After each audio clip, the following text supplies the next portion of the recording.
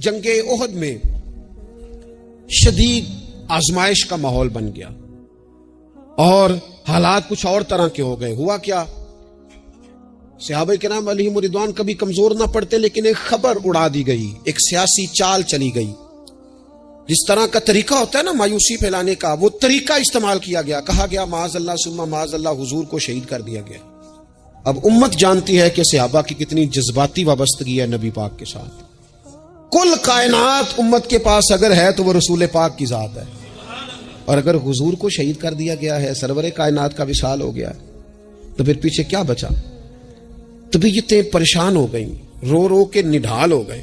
حضرت انس بن مالک رضی اللہ تعالیٰ عنہ کا جو نام ہے نا انس، یہ ان کے چچا کے نام پر رکھا گیا تھا. ان کے چچا کا نام تھا حضرت انس بن نضر رضی اللہ تعالیٰ عنہ. وہ نہ نکلے میدان احد میں جب پوری طرح لوگ پریشان تھے، نڈھال تھے، تکلیف میں تھے، کمزور پڑے ہوئے. وہ میدان میں نکلے، کہا یہاں کیوں بیٹھے ہو؟ تو ایک صحابی نے بڑے درد سے کہا آپ کو پتہ ہے حضور کا وصال ہو گیا ہے، خبر ہے کہ حضور کو شہید کر دیا گیا. تو حضرت انس بن نضر نے نا پتہ کس طرح کی بات کی، فرمانے لگے یار اگر حضور شہید ہو گئے ہیں، ہم نے جی کے کیا کرنا ہے؟ بیٹھے کیوں ہو؟ اٹھو نہ، تلواریں پکڑو. جس رستے میں حضور نے شہادت دی ہے، ہم بھی اسی رستے میں شہید نہ ہو جائیں. اٹھو، نکلو. آپ نے اس جذبے کا اظہار کیا کہ جن کی تلواریں سائڈ پہ پڑی تھی انہوں نے بھی جلدی سے تلواریں اٹھا لی.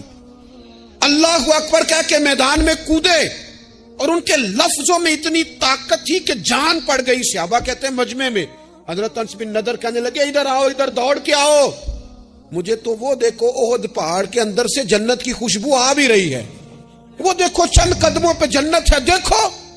حد کر دی انہوں نے لڑنے والی. حضرت انس بن مالک بعد میں بتایا کرتے تھے، فرمایا کرتے تھے اس جنگ میں میرے چچا کے جسم پر 80 سے زیادہ زخم آئے تھے. 80 سے زیادہ زخم وجود پر موجود ہیں. اللہ کرے میں اپنی ملت کے جوان کو سمجھا سکوں. 80 سے زیادہ زخم جسم پر موجود ہیں، پر حضور کا صحابی پھر بھی کھڑا ہے. تو ایک زخم برداشت نہیں کر سکا اور گر گیا ہے. زخم پہ زخم کھا کے جی، خونے جگر کے گھونٹ پی، آہ نہ کر لبوں کو سی، یہ عشق ہے کو دل لگی نہیں. تو ذرا چل نا اس سارے سفر میں، تو تھوڑا سا نا بیڑیوں سمیت سفر طے کرنے کا مزاج بنا نا. ذرا تپتے ہوئے صحرا پر تیرے پاؤں جلیں تو پھر تجھے پتا چلے گا کہ سفر کس طرح ہوتا ہے. یہ نا امیدی کا مزاج نہیں، یہ اس طرح کی طبیعت نہیں جو ہماری تمام سیاسی جماعتوں نے ملک کے اندر افراتفری پھیلا دی ہے اور پریشانی کر دی ہے. ہمیں ہمت کے ساتھ، ہمیں جذبے کے ساتھ، ہمیں شوق کے ساتھ ایک دوسرے کو بحال کرنا ہے. نبی پاک علیہ السلام نے فرمایا شوربہ زیادہ پکا لیا کرو، پڑوسی کو بھی شامل کر لیا کرو. فرمایا ایک کا کھانا 2 کھا لیں گے، 2 کا کھانا 3 کھا لیں گے، 4 کا کھانا 6 کھا لیں گے. ایک دوسرے کا بازو تھامو، ایک دوسرے کے لیے دروازہ کھولو. میرا رب تو بڑا کریم ہے، جیسے جیسے بندے ایک دوسرے پہ مہربانی کرتے جاتے ہیں اللہ سب پر رحمت فرماتا ہے. حضرت امیر حمزہ کی شہادت کا وقت آ گیا. بخشی کہتا ہے کہ مجھے کفار نے تیار کیا کہ حضرت حمزہ کو شہید کرنا ہے. میرا ٹارگٹ تھا. ایک حربہ ہوتا تھا دور سے، سمجھ لیں نیزہ، وہ دور سے کھڑے رہ کے یوں پھینکتے تھے تو سامنے والے کے وجود میں پیوست ہو جاتا. ویسے تو کسی میں جرت نہیں تھی حضرت امیر حمزہ کے سامنے آنے کی. تو وحشی کہتا ہے میں پہاڑ کے پیچھے چھپ کے انتظار کرنے لگا. حضرت امیر حمزہ رضی اللہ تعالیٰ عنہ کہیں مجھے نظر آئیں تو میں ان پر وار کروں. کہتے ہیں کہ میں چھپ کے انتظار کر رہا تھا. اچانک حضرت امیر حمزہ بڑی دلیری سے لڑ رہے تھے، گاجر مولی کی طرح کفار کو کاٹ رہے تھے. وہ میرے سامنے آئے تو میں نے پیچھے سے نیزہ مارا. اللہ اکبر. کہتے ہیں اللہ رسول کے شیر کے وجود میں نیزہ پیوست ہو گیا، لیکن ایک دفعہ وہ گرنے کے بعد دوبارہ اٹھے.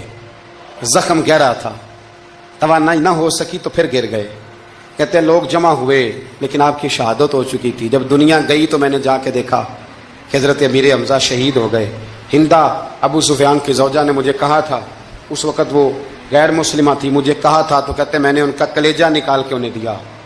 پھر وہ آئی اور آ کر کے اس نے حضرت امیر حمزہ کا ناک کاٹا، ہونٹ کاٹے، آنکھیں نکالی، کان کاٹ دیے. امیر حمزہ کو شہید کر دیا گیا. حضور تشریف لائے تو بڑا ہی روئے، آنکھوں میں آنسو ہیں، شدید پریشانی ہے.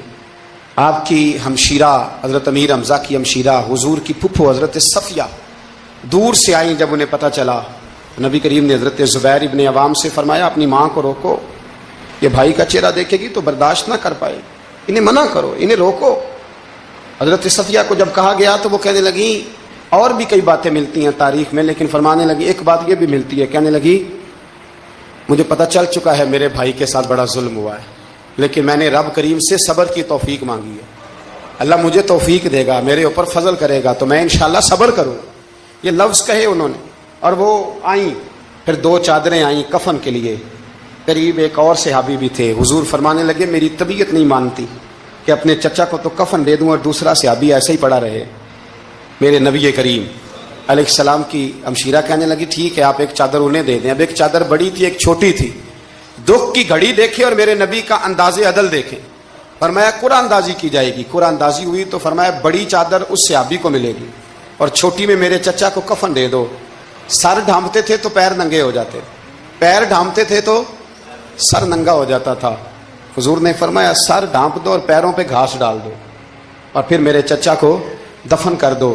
نبی کریم صلی اللہ تعالی علیہ وآلہ وسلم نے چچا کا جنازہ پڑھا. ایک بی بی 3 سال کا 4 سال کا بیٹا لیے رو رہی ہے، احد کا دن ہے. سہیلیاں پوچھتی ہیں تو کیوں روتی ہے؟ وہ کہتی ہے دیکھو میرا خاوند بھی بدر میں شہید ہو گیا، بھائی اور باپ بھی. دل کرتا ہے کوئی جوان بیٹا ہوتا تو آج مصطفیٰ کے ساتھ اسے ہی بھیج دیتی. کوئی جوان میرے پاس ہے ہی 3 سال کا تو کیا کروں؟ 3-4 سال کا بچہ کیا کرے گا؟ پتہ نہیں کیا دلیل آئی. اچانک اٹھی، بیٹے کو سینے سے لگایا، کپڑا ڈالا، مسجد نبوی پہنچ گئی. حضرت بلال کہتے ہیں مجھے ملی. کہنے لگی بلال مجھے پتہ ہے حضور تیاری کرا رہے ہیں جنگ کی، پر 2 منٹ اگر میری ملاقات ہو جائے. بلال حبشی کہنے لگے حضور ہم ایک بی بی ضد کر رہی ہے. حضور باہر آئے، کہنے لگی حضور میں فلاں کی بیٹی، فلاں کی بہن، فلاں کی بیوہ ہوں. میں نے بدر میں 3 شہید دیے ہیں، اب میرے پاس یہ 3 سال کا لال ہی بچا ہے. بڑا فخر ہے میرا. لوگ مجھے شہید کی بیوہ، شہید کی بیٹی، شہید کی بہن کرتے. دل کرتا ہے شہید کی اماں بھی کہیں جاؤں تو میرا بیٹا لے لیں. سیدنا بلال کہتے ہیں حضور مسکرائے، کہنے لگے یہ 3 سال کا نونہال کیا کرے گا؟ کہتے ہیں اماں کا عجیب جذبہ ہے. کہنے لگی محبوبہ سنا ہے اسلحہ بھی تھوڑا ہی ہے، ڈھالیں زیادہ کوئی نہیں، میرا بیٹا ساتھ رکھ لیں. جب آپ کی طرف کوئی تیر آیا نا تو میرا بیٹا ڈھال کے تو اس کو ڈھال بنا کے آگے کر دینا. محبوبہ ڈھال تو بان ہی سکتا ہے نا. حضرت بلال فرماتے ہیں مصطفیٰ کریم نے فرمایا جا میں نے قبول کیا. قیامت کے دن بیٹا گھر لے جا، جب تیرا نام پکارا جائے گا تو شہید کی اماں کہہ کے پکارا جائے گا. چلتے چلتے ایک غریبنی اور آ گئی، اتنی سی اٹی بان کی، اتنی سی. بلال حضور سے ملاقات ہو جائے گی. نبی پاک آ گئے تو کہا محبوبہ یہ غلبہ اسلام میں میرا بھی حصہ ڈال لے. حضور نے فرمایا یہ کیا ہے؟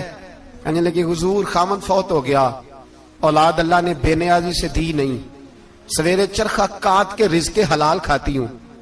میرے پاس نا یہ اتنا سا بان ہے، ایک گھوڑے کی لگام بن جائے گی. محبوبہ حصہ تو ڈال جائے گا نا دین کے لیے، میری قبولیت ہو جائے گی. میرے حبیب نے ہاتھ اٹھائے اور دعا مانگی، کہے اللہ جتنا تو میدان کے مجاہدوں کو اجر عطا فرمائے اتنا اس غریبنی کو بھی عطا فرمانا. صحابہ فرماتے ہیں غزوہ احد کے موقع پر ہم نے نبی پاک علیہ السلام کے رخ زیبا پر خون بہتا ہوا دیکھا. کفار نے سنگ باری کی، تکلیف دی حضور کو، مقدس رخساروں پر خون بہا. ہم نے عرض کی یا رسول اللہ دعا کرے نا یہ برباد ہو جائے. نبی پاک علیہ السلام نے فرمایا مجھے لان تان کرنے والا نہیں بنا کے بھیجا گیا، مجھے رحمت بنا کے بھیجا گیا. اور نبی کریم نے دعا فرمائی اللہ انہیں ہدایت عطا فرما. اس موقع پر جب حضور کو ذاتی طور پر تکلیف دی گئی ہے، مقدس چہرہ نور پر خون بہ رہا ہے اور صحابہ کے کلیجے پھٹ رہے ہیں، اور احد کے میدان میں حضور کا وہ رنگین چہرہ خون سے بھرا ہوا دیکھ کر طبیعتیں مچل رہی. تڑپ کے عرض کی حضور کریں دعا یہ تباہ ہو جائے. فرمایا نہ بھائی وہ لان تان کرنے والا نہیں، مجھے تو رحمت بنا کے بھیجا گیا. لیکن میرے عزیزو غزوہ خندق کے موقع پر جب دشمنوں سے دفاع کرتے وقت نماز عصر مسلمانوں کی قضا ہوئی تو حضور نے ہاتھ اٹھا کے عرض کیا، کہا اے اللہ ان کے پیٹ آگ سے بھر دے جنہوں نے ہماری نماز عصر لیٹ کی، ہماری نماز لیٹ کر دی، صلاۃ وسطیٰ لیٹ کر دی. ہمیں تیرے حضور جھکنا تھا, ہمیں وہ نماز پڑھنی تھی جو بڑی قیمتی ہے. نماز عصر انہوں نے ہماری نماز لیٹ کر دی, ان کے پیٹ آگ سے بھر دے. حضور کا سارا چہرہ لہو سے بھرا ہے, پر ذات کے لیے دعا نہیں کی کہ یہ تباہ ہو جائے, پر ایک نماز لیٹ ہو گئی. صحابہ کی عصر قضا ہوئی تو کریم نے ہاتھ اٹھا کے کہا یا اللہ بھر ان کے پیٹ آگ سے. او سنگیو, آؤ یارو اپنا اخلاق تو دیکھیں. میری بھی فجر قضا ہے, میرے پتر کی بھی قضا ہے, میری جوان بیٹی بھی جم کے سو رہی, کبھی ماتھے پر شکن تک نہیں آئی, لیکن میری روٹی لیٹ ہو جاتی ہے تو میں سارا گھر سر پہ اٹھا لیتا ہوں, زمین آسمان ایک کر دیتا ہوں. میرے بچے, آپ کے بچے ہماری نگاہوں کے سامنے وہ پوری طرح بری سوسائٹی کا شکار ہو جائے اور وہ جانے کس کس گناہ میں لگ جائے, معاذ اللہ شکن تک نہیں آتی, لیکن میرے کپڑے وقت پر استری نہیں ہوئے, مجھے ٹائم پر فلاں چیز نہیں دی گئی, آسمان سر پہ اٹھا لیا جاتا ہے. حضور نے تو ہمیں یہ اخلاق سکھایا ہے کہ لہو سے تیرا وجود بھی ذات کے لیے بھر دیا جائے, تو زبان سے لان تان نہ کرنا, یہ تیرے نبی کا طریقہ ہے. ام ربیعہ ایک خاتون تھی, بڑی نیک عورت تھی, بغداد میں رہتی تھی. اللہ تبارک و تعالیٰ نے بڑی دولت عطا فرمائی. ان کی شادی بھی ایک دولت مند سے ہوئی, ایک دولت مند سے شادی ہوئی. فرماتی ہے کہ میں چھت پہ بیٹھی تھی اپنے شوہر کے ساتھ, وہ دولت مند تو بڑا تھا پر متکبر بھی بڑا تھا. دروازے پہ فقیر مانگنے آیا تو میرا خاوند بالکنی سے جھانک کے کہنے لگا اسے کچھ نہ دینا, اس دکاندار ہے, یہ دنیا دار بنے ہوئے, جان بوجھ کے مانگتے ہیں. تو میں نے کہا میں تیری دولت سے نہیں دوں گی, میرے میکے سے جو کچھ آیا اس میں سے دینے کی اجازت دینا. اس نے کہا جانا ہی نہیں. تو عورت کہتی ہے اس مانگنے والے کا, اس جو دروازے پہ شخص کھڑا تھا, اس کے مانگنے والے کا جو انداز تھا وہ بتاتا تھا کہ کئی دنوں کا بھوکا ہے. اس جوان کے چہرے پر عجیب بھوک تھی. کہتی میں شوہر سے نظر بچا کے آئی اور میں نے چند دینار اس کی ہتھیلی پہ رکھے. جب رکھ کے میں نے دروازہ بند کیا تو سامنے میرا شوہر, کہنے لگا میری بغیر اجازت کے دیتی ہے, جا تجھے 3 طلاقیں. کہتی میں عزت مند باپ کی بیٹی طلاق لے کے گھر آ گئی. جرم میرا یہ ہے کہ میں نے اللہ کے رستے میں خیرات کی ہے. کہتی ہیں میرا والد پریشان, غلطی جس کی مرضی ہو, قصور تو بیٹیوں کا ہی ہوتا ہے نا, لڑکے پاک کے پاک رہ جاتے ہیں, منگنی بھی ٹوٹ جائے تو بچی کی جو حالت ہوتی ہے وہ کوئی بتا سکتا ہے. کہتی ہے میں شدید پریشان, میرے والد اور والدہ بھی پریشان, رشتہ کہاں سے آئے گا. 1-2 سال ہم شدید کرب میں رہے, رشتہ آیا تو بڑے امیر آدمی کا. میں طلاق یافتہ تھی پر بندے کوارے کا رشتہ آیا. کہتے ہیں جب وہ رشتہ ہو گیا, میں پہلے دن اپنے خاوند کے پاس گئی تو مجھے کہنے لگا مجھے جانتی ہو میں کون ہوں. میں نے کہا نہیں. کہنے لگا میں وہی ہوں جو تیرے دروازے پہ خیرات لینے آیا تھا. تجھے میری وجہ سے طلاق ہوئی تو میں اسی رات جا کے مصلے پہ رویا کہ مولا میری وجہ سے بیچاری کا گھر اجڑ گیا. پھر میں نے 18 گھنٹے محنت کی تو میں نے تجھے عزت دینے کے لیے. کہنے لگا اب تجھے بیوی بنا کے نہیں مہارانی بنا کے رکھوں گا, میں تیری نوکری کروں گا, تو میری محسنہ ہے. کہتی ہے 1 سال گزرا, مجھے اللہ نے بیٹا بھی دیا, میں چھت پہ اپنے شوہر کے ساتھ بیٹھی, دروازے پہ مانگنے والا آیا تو میرا شوہر سارے کام خود کرتا تھا. آج جب مانگنے والا آیا تو کہنے لگا جب کوئی مانگنے آیا تو نے دینے جانا ہے. کہتی ہے میں دروازے پہ مانگنے والے کو دینے گئی تو میری چیخ نکل گئی, میں دھڑام سے گری. میرا شوہر دوڑا آیا, کیا ہوا. کہنے لگی پتہ ہے مانگنے کون آیا, یہ وہی ہے جو میرا پرانا شوہر تھا. بے پرواہی ویک سجن دی, جتھے کسے دی پیش نہ جاوے, انہیں تاجاں والے در در رولے. تاجاں والے تخت و تاج والے, تاجاں والے در در رولے, تے منگتیاں تخت بٹھاوے. اوے سجنا کسے نو کارا مل گئی, کوئی کعبے خالی آوے. کہتی ہے ام ربیعہ کہ وہ شخص میرے دروازے پہ, میں رونے لگی. دولت کا تکبر کرتے ہیں لوگ. غریب دروازے پہ کھڑا ہے تو کہتے ہیں تم کماتے نہیں, مجھ سے بھیک مانگنے آ جاتے ہو. دولت کا تکبر, خبردار اس تکبر میں مبتلا نہ ہونا. لوگ تو آپ یقین کریں فتوے لیتے پھرتے ہیں, کہتے ہیں ایسے ہی جناب زکوٰۃ تو اس کی بنتی ہے جو ٹیکس نہ دے, زکوٰۃ تو اس کی بنتی ہے جس کے پاس ملازم نہ ہو. تو ایسے مولویوں نے سنا, حضرت موسیٰ کے چچا کا بیٹا تھا قارون, حضرت موسیٰ کی دعا سے دولت ملی, اتنا دولت مند ہو گیا کہ خزانوں کی چابیاں 4 اونٹ اٹھایا کرتے. حضرت موسیٰ نے کہا کہ 1000واں حصہ زکوٰۃ فرض ہوئی ہے. کتنا حصہ؟ 40واں نہیں,